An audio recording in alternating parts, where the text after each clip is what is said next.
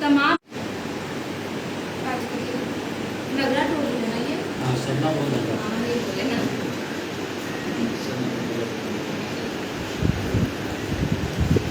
2014 के लोकसभा चुनाव में अपने चुनावी भाषणों में प्रधानमंत्री नरेंद्र मोदी कहा करते थे कि वो हर साल 2 करोड़ नौकरी युवाओं को देंगे।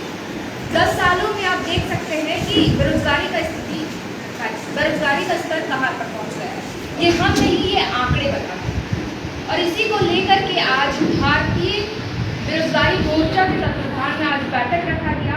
नगरा टोले स्थित सरना भवन में यहाँ पर आए तमाम लोगों से हम बातचीत करते हैं और जानने समझने की कोशिश करते हैं। दादा अपना परिचय बताइए।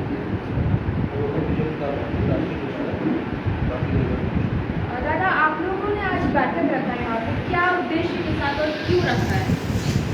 देश में बेरोजगारी युवाओं के सामने बड़ा सवाल है और आज़ादी के लगभग 75 साल हो चुके हैं और इतने वर्षों बीतने के बाद भी जो बड़े पैमाने पर युवाओं में बेरोजगारी बढ़ रही है और आज लगभग 35 करोड़ से ज़्यादा युवा हैं जो बेरोजगारी में हैं।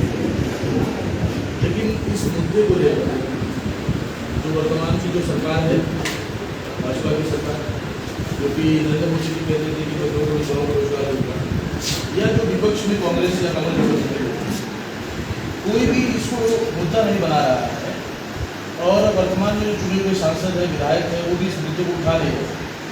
तो इस पर हम बेरोजगार लोगों ने भी पहल किया कि हमको ये हमारी लड़ाई क्यों लड़नी होगी, क्योंकि जिनको हम चुनकर भेज रहे हैं वो संविधान में हमको जो चीज़ें मिली हुई, रोजगार मिले हुए, तो उसको देने की बजाय उसको जो है वो वायलेशन करने का काम कर रहे हैं।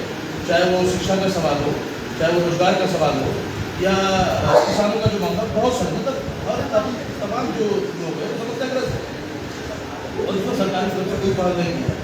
इसलिए हम युवाओं ने बेरोजगारों की संसद की हम लोगों ने अभियान चलाया है, इसको हमने महाराष्ट्र में शुरू किया और अभी हर राज्यों से होते हुए आज 3 मई को झारखंड में, इसके बाद आगे नेक्स्ट उड़ीसा और भारतीय बेरोजगार मोर्चा देश भर के कोने-कोने में जी अलग अलग ये हम लोग भारत के 11 राज्यों के 25 जिलों में कर रहे हैं और इसके बाद हमारा दूसरा चरण है। इस तरीके से हम लोग चरण बनाई और इस मुद्दे को हम उठा रहे हैं।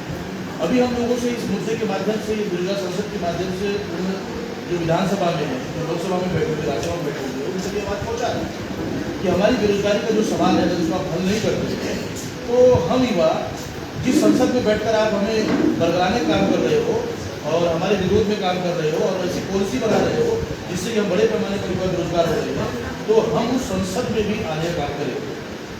तो इस माध्यम से हम लोगों ने इसलिए बेरोजगारी की संसद लगाई, उसके माध्यम से बड़े पैमाने पर जो मदद हुआ है उसको हम ऑर्गेनाइज कर रहे हैं और वो ताकत इकट्ठा कर रहे हैं और ताकत इकट्ठा होने के बाद इस संसद को भी बदलने का काम करेंगे। बाकी यहाँ पे और लोग हैं, उनसे भी बातचीत करते हैं। दादा आप अपना परिचय बताइए। मेरा नाम मुरलीधर राम और मैं आर्थिक रोजगार मंच।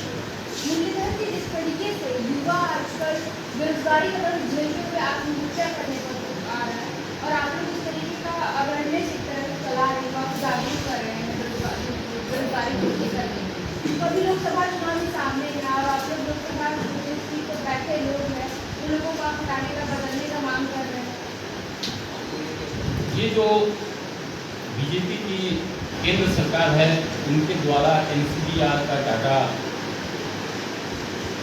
वेबसाइट पे दिया जाता है और उसमें ये 2021 का जो अद्यतन डाटा है उसमें उन्होंने दिखाया कि 1,64,035 लोग आत्महत्या करके अपनी जीवन लीला को समाप्त की, जिसमें 34% ऐसे लोग हैं जिनकी आयु सीमा 18 से 30 वर्ष का है और 31% ऐसे लोग हैं जिनकी आयु सीमा 30 से 40 वर्ष की है।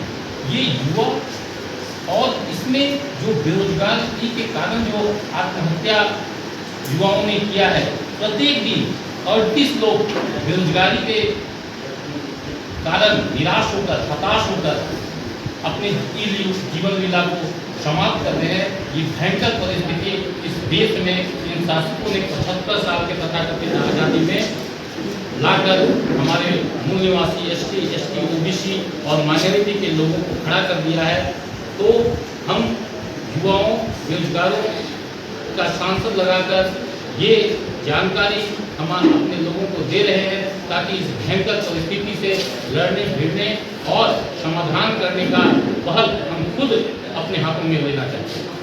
ज़्यादातर यहाँ के युवा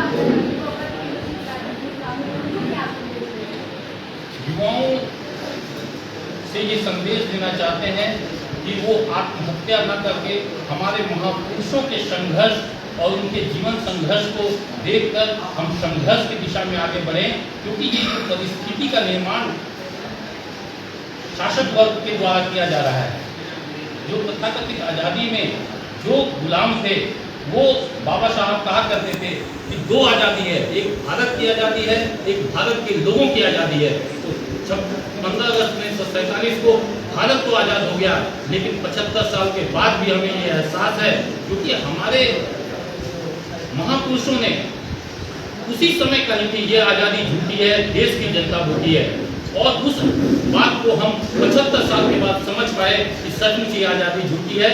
हम इस व्यवस्था के खिलाफ नौजवान युवाओं को संदेश देना चाहते हैं कि वो आत्महत्या न कर, क्योंकि जो आत्महत्या का कारण बेरोजगारी है, ये बेरोजगारी दुश्मनों के षड्यंत्र के द्वारा तैयार किया हुआ है।